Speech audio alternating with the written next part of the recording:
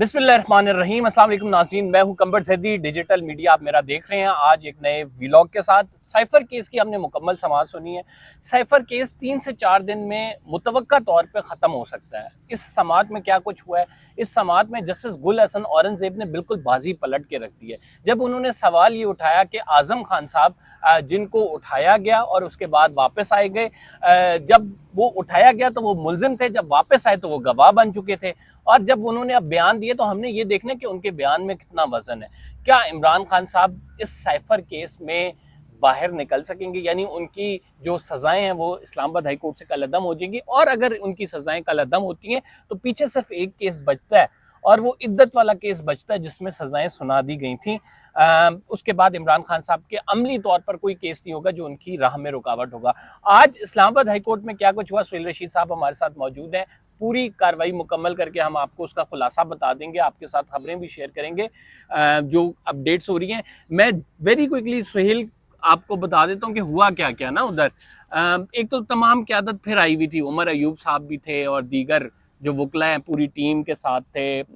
शेख वकास अकरम साहब थे और इसके साथ जो है वो शानदाना गुलजार थी। तो वही स्ट्रेंथ नज़र आ रही थी।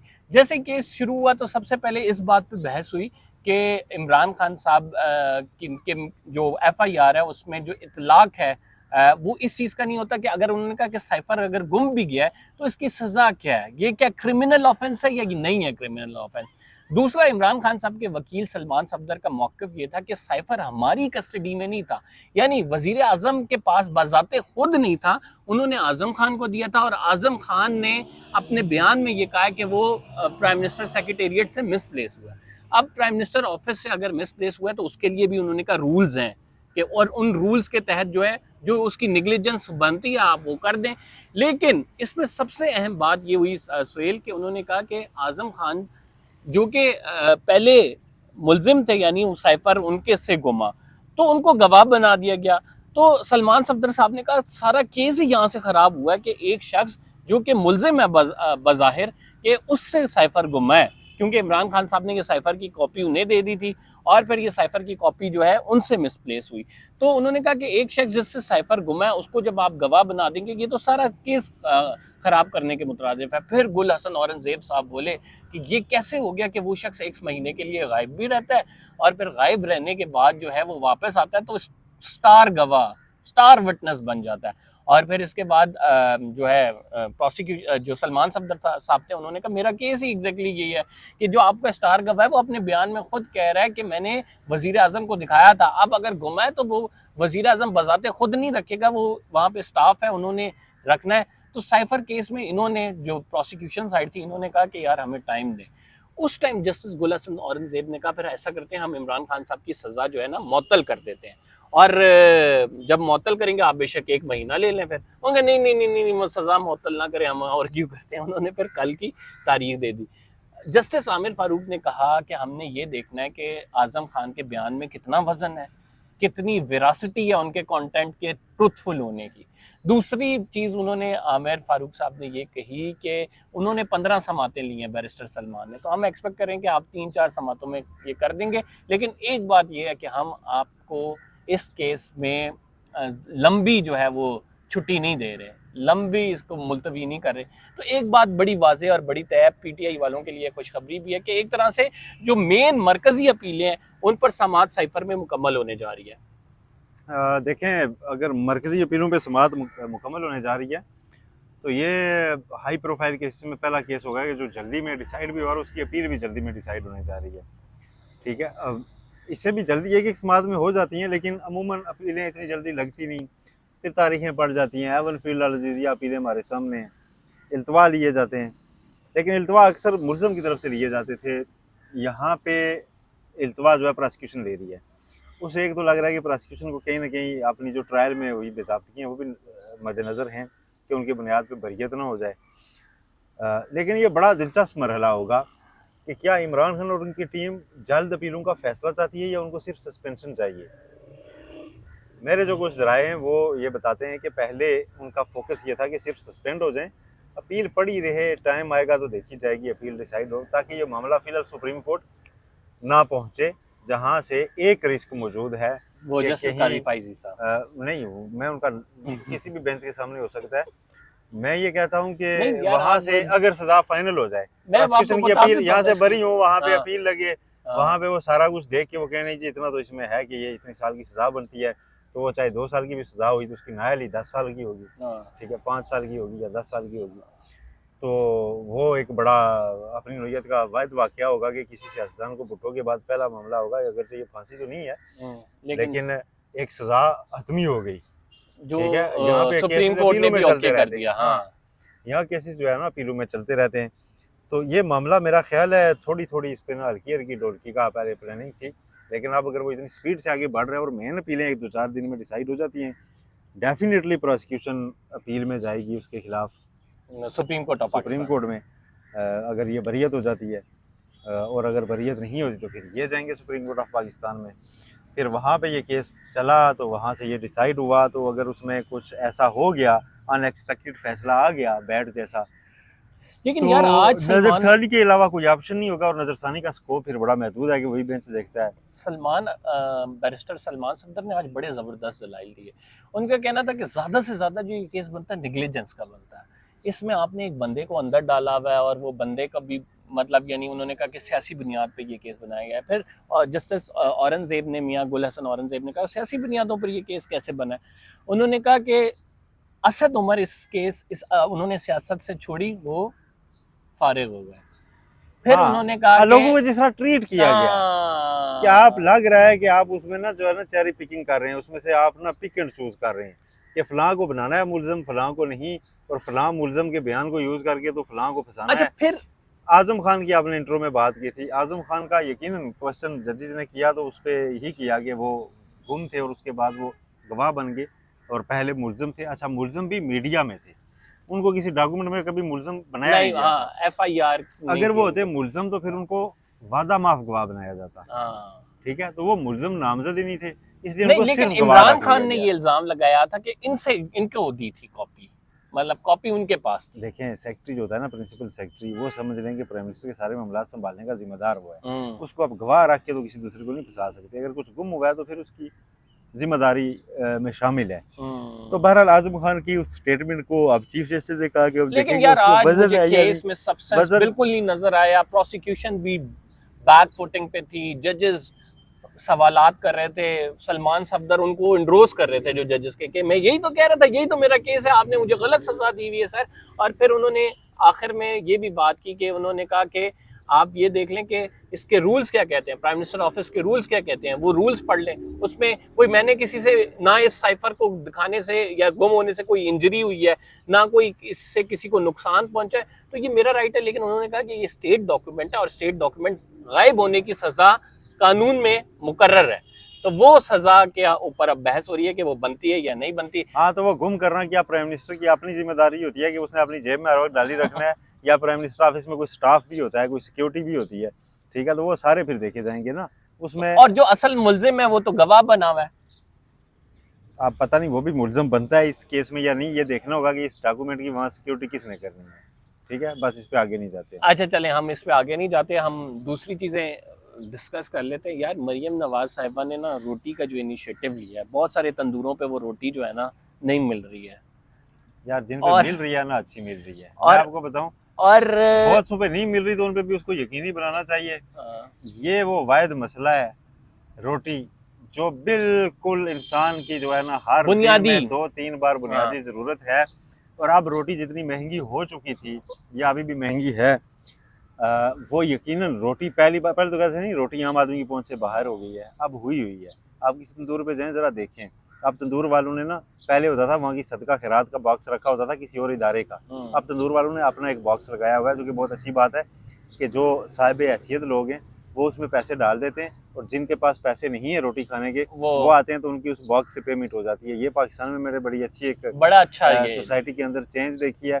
ऐसा यूरोप में होता था, जर्मनी वगैरह में होता था कि होटल्स पे ना एक वो लगा होता था बोर्ड, जिसके ऊपर आप ना बिल पे करके उतना बिल वहाँ पे अटैच कर जाते थे। जिसके पास पैसे नहीं है वो आगे वो अपनी मर्जी का बिल उठा के काउंटर पे देगा और चीज़ लेके खा देगा, ठीक है, रेट्स के हिसाब से वो होता था। अब पाकिस्तान में ये अगर इस तरह की चीज़ें हो रही हैं तो ज़्यादा अप्रिशिएट मिल के चलना यार चाहिए। देखें और ना, मरियम 4 नवाज रुपए साहिबा ने रात किया है, पेट्रोल बढ़ा दी है। हाँ फिर ये मसाइल है ना, फिर आप उसको जो 4 रुपए का रिलीफ दे रहे हैं वो इधर से वापस आटा और महंगा हो जाएगा तो उस बेचारे के लिए, या क्या उसकी मत रुपए की उसकी जी, अगर रुपया मजीद डिवैल्यू होता है तो उसको आप जो 5 रुपये सस्ती रोटी दे रहे हैं उसकी जेब से फिर निकल जाएगा। लेकिन फौरी तौर के रिलीफ के लिए ना ये बड़ा ज़रूरी है। रोटी का फ़ायदा जो है ना हर बंदे को होता है, और अगर वो मरियम नवाज साहिबा कर रही हैं तो गुड, उस पर हमें बिला वजह क्रिटिसिज्म नहीं करना चाहिए। नहीं नहीं, और हमने वो अगर बिल्कुल क्रिटिसिज्म नहीं करना, रोटी बुनियादी KPK मसला में है। भी मैंने सुना है कि वहाँ भी कम हुई है, हाँ, अली अमीन वहाँ साहब ने भी भी लिया है। होना चाहिए। और अच्छा मेयारी आटा रोटी ये चीज़ें अगर आप अच्छा, लोगों को देते हैं तो बगैर नमूद और नुमाइश के दें। अगर किसी चीज़ पे सब्सिडी दे सकते हैं आप, किसी भी चीज़ पे, एक चीज़ पे, तो वो रोटी है। अच्छा, इस पे खुदकुशियाँ होती हैं सारी, इस पे लोग अपनी फैमिली को कत्ल करके ना रात को खुद भी जहर खा लेते हैं, खुद को भी गोली मार देते हैं। ये वो एक सब्जेक्ट है कि जो हमें शायद उसका वैसे एहसास नहीं है। अल्लाह का शुक्र अदा करना चाहिए कि उस कैफियत से गुजरे नहीं, लेकिन जो गुजर रहे होंगे ये उनको एहसास होगा कि शाम को जिसके 4-5 बच्चे हैं अगर उसने रोटी खानी है, उनको खिलानी है, और वो महंगी अच्छा मिल रही है सोहेल, तो वेरी मसले हैं। क्विकली एक और बड़ा इंपॉर्टेंट टॉपिक है, उस पर थोड़ी सी नज़र डाल लेते हैं। वो आज आपको पता है फैज़ाबाद धरना केस की रिपोर्ट भी आई है और उसमें जनरल फैज़ को क्लीन चिट मिल गई है बिल्कुल। और उन्होंने कहा भाई डीजीसी तो वज़ीर आज़म की हदायत थी, उन्होंने कहा इंटरवीन करने का, तो उस पर उन्होंने अमल दरामद करते हुए इंटरवीन किया है। तो उनका किस तरह से कसूर बनता है? और जो चीफ साहब हमारे ख्वाब लेके बैठे हुए थे कि इसमें किसी तरह जनरल फैज़ साहब फंसते हैं, तो वो बिल्कुल फंसते दिखाई नहीं दिए। और उसके बाद कमीशन की रिपोर्ट आ गई, अब कोई ऐसा सब्सटेंस भी नहीं है जिसके सामने रखते जनरल फैज़ या जनरल बाजवा के खिलाफ कार्रवाई हो सके। आज मैं जो एक चीज़ फील कर रहा हूँ ना, मुझे लगता है इस कहानी में ट्विस्ट आने वाला है।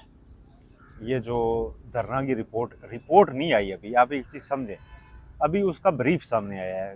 रिपोर्ट को देख के किसी ने ब्रीफ तैयार किया कि इसमें यही है, ठीक है। अब वो रिपोर्ट अभी तक कैबिनेट ने मंजूर नहीं की और पब्लिक नहीं की। कमीशन की रिपोर्ट जब तक मंजूर ना हो जाए, अप्रूव ना हो जाए काबीना से, वो पब्लिक हो ही नहीं सकती, ठीक है। और उससे पहले वो आप क्लेम नहीं कर सकते कि ये कमीशन की रिपोर्ट है। लेकिन ये एक पहले दफ़ा था कि एक रिपोर्ट अभी सिर्फ काबीना को गई है और उसके मंदरजात एक ब्रीफ की सूरत में बाहर निकल आए हैं। मेरे आपके पास भी वो हैं, और उसमें जो चीज़ें लिखी हुई हैं वो फैक्चुअली करेक्ट भी हैं, और ऐसे है भी क्योंकि शायद हकान अब्बासी ने यही स्टेटमेंट दी है, कमीशन के सामने पेश होने के बाद मीडिया पे भी दी थी, और यही लिखी हुई है। तो ये मतलब करीब तरीन ही चीज़ें हैं, कुछ 19-20 का फ़र्क होगा, इससे ज़्यादा नहीं है। लेकिन अब बातें ये चल रही हैं कि अब इसमें देखें, शहबाज शरीफ जो इस काबीना के अब हेड है, मतलब प्राइम मिनिस्टर के तौर पे, वो उस वक्त पंजाब के वज़ीर आला थे। इसमें एक्सोनरेट किया जाता है फैज़ मीर साहब को और फंसाया जाता है उस वक्त की पंजाब गवर्नमेंट को। ये जो रिपोर्ट बता रही है अब तक जो सामने आई है कि जी पंजाब गवर्नमेंट की नेगलिजेंस थी कि उन्होंने इसको इनिशियली रोका ही नहीं और इस मार्च को उन्होंने होने दिया और इस्लामाबाद तक जाने दिया। और बार बार जिक्र किया गया जी कि पंजाब गवर्नमेंट की नायाली थी, रावलपिंडी इंतजामिया की कोताही थी, गफलत थी, सारी मामले उन पे, और पॉलिसी फुकदान था गवर्नमेंट सतह पे, विफाक और पंजाब की कोऑर्डिनेशन ठीक नहीं थी। ये सारी चीज़ें इसमें की गई हैं। क्या अब शहबाज शरीफ और उनकी काबीना इस रिपोर्ट को अप्रूव करेगी कि जाके सुप्रीम कोर्ट में जमा करवाएं, या इस रिपोर्ट को दबाए जाने का वक्त जो है वो आ पहुंचा है कई रिपोर्ट्स की तरह? क्योंकि एज इट इज़ अगर इसको पब्लिक करते हैं और वो कोर्ट में पेश होती है और चीफ जस्टिस साहब पूछते हैं कि अच्छा जी तो ये मामला निकला है, ये तो कसूरवार आप निकले हैं, तो फिर बड़ा मसला होगा, अटॉर्नी जनरल के लिए बड़ा इशू हो जाएगा। अब कमीशन ने अगर यही रिपोर्ट दी है और वो मेरा ख्याल है उन्होंने फंसा दिया है सबको ही, ये ज़्यादा प्लीजिंग नहीं होगा कोर्ट के लिए भी ये जो रिपोर्ट है, और उससे ज़्यादा कि फेडरल कैबिनेट इसको अप्रूव कर रही है या नहीं कर रही, या फिर उसमें उनको कह रही है कि नहीं फर्दर आप इसी एस्पेक्ट पे भी दें। और सबसे बड़ी चीज़ इस ब्रीफ में जो चीज़ सामने नहीं आई, एक अहम TOR था जो अदालत के हुक्म पे तो नहीं लेकिन अदालत की मर्ज़ी पे शामिल किया गया था, वो था कि क्या फैज़ाबाद धरना केस में नज़रसानी जो दरख्वास्तें थी वो सब ने एक साथ खुद से दायर की थी या किसी की इमा पे की थी। उसका जवाब कमीशन ने क्या लिखा है ये अभी सामने आना बाकी है। वो बड़ा लेकिन इंपॉर्टेंट हाँ सवाल है। इम्पोर्टेंट है, लेकिन अगर उन्होंने बाकी जगहों पर कहा कि किसी और का रोल था ही नहीं फैज़ मीर साहब का, तो फिर इसमें भी अंडरस्टूड सा है, इसमें भी अंडरस्टूड सा है कि वो उनको कहेंगे कि उनका कोई रोल नहीं है। और मुझे तो पहले भी तवक्को यही थी कि उनका रोल इसलिए नहीं निकलेगा आगे, तब ये केस मैंने कवर किया था और ये चीज़ें रिकॉर्ड पे रखी गई थी। पता नहीं इनको अप्रिशिएट जजमेंट में क्यों नहीं किया गया। क्या ISI ने तो सारी चीज़ें बताई हुई थी गवर्नमेंट को कि फंडिंग हो रही है, धरना होने जा रहा है। फिर जो मायदा हुआ उसका अप्रूवल तो प्राइम मिनिस्टर ने दिया हुआ था और वो सारी चीज़ें रिकॉर्ड पे थी। उनके होते हुए फिर एक पूरा बयानिया और माहौल इस तरह का क्यों बना कि जैसे ये धरना किसी ने करवाया हुआ था और उसकी इतने साल बाद जाके इंक्वायरी भी और हो उसकी गई नून लीग और बेनिफिशियरी इंक्वायरी भी हो गई बनी। और नून लीग। अच्छा, फैज मीर साहब को क्लीन चिट दे कौन रहा है? कमीशन नहीं, नून लीग। नून लीग, शहबाज शरीफ, शाहिद खाकान अब्बासी, एहसन इकबाल, ठीक है। इनके बयानात की रोशनी में लिखा गया है जी कि इन्होंने इनसे कैटेगोरिकली पूछा गया कि आप उस वक्त जिम्मेदार बताएं किसी इदारे की। उन्होंने कहा नहीं, किसी इदारे की कोई मुदाखलत नहीं थी, बस एक धरना था, हमने उसको इस तरह जिस तरह बेहतर समझा हैंडल कर लिया, मैंडेट दिया था। तो वो बात DGC वही है को ना, वो जब जाके मियाँ करें। बीवी राजी तो क्या करेगा काजी। हाँ, तो काजी साहब कि आप यही करने का टाइम आ गया है कि आप एक और केस में वो देखेंगे। शौकत सिद्दीकी साहब के केस में तो उन्होंने यही शख्सियत वहाँ पे भी नाम लिया जाता था, उनको फ्रीक बनवाया गया, बाद में कहीं उनके से नहीं खिलाफ कोई फंस रहे कार्रवाई यार, नहीं हुई। हर जगह से फंसाने की यार कोशिश फंस की जाए है। तो फिर वो इतने बड़े ओहदों पे क्यों? आपको पता है जो बंदा एलिवेट होके वहां तक पहुंचता है तो वो ही शार्प इनफ। और He इस has पे the हमें, game। मेरा ख्याल है इस पे हमें उनको फुल मार्क्स देने चाहिए ना जी जी कि जी, वहां पे यही बंदा जाएगा ना, वहां पे शरीफ आदमी गेमें भी लगाना है डाली हमने, और फिर निकाल वहां पे भी कोई गए। सादा आदमी लगाना है हमने, नहीं सादा आदमी नहीं लगाना। They are meant for this, ठीक है। थैंक यू यार सोहेल। हम आज सुप्रीम कोर्ट से, हाई कोर्ट से मैं निकला था सोहेल, यहाँ पे गाड़ी वॉश कराने आए हुए थे। हम मिलोडी में इस टाइम बैठे हैं, यहाँ से व्लॉग करें। फिलहाल के लिए इतना ही। अगर चैनल सब्सक्राइब नहीं है तो सब्सक्राइब जरूर कर लें, बेल का आइकन जरूर दबाएं। कंबर जैदी को इजाज़त दीजिए, इंशाल्लाह अगले व्लॉग में कुछ मज़ीद अपडेट्स के साथ। अल्लाह ने के बाद।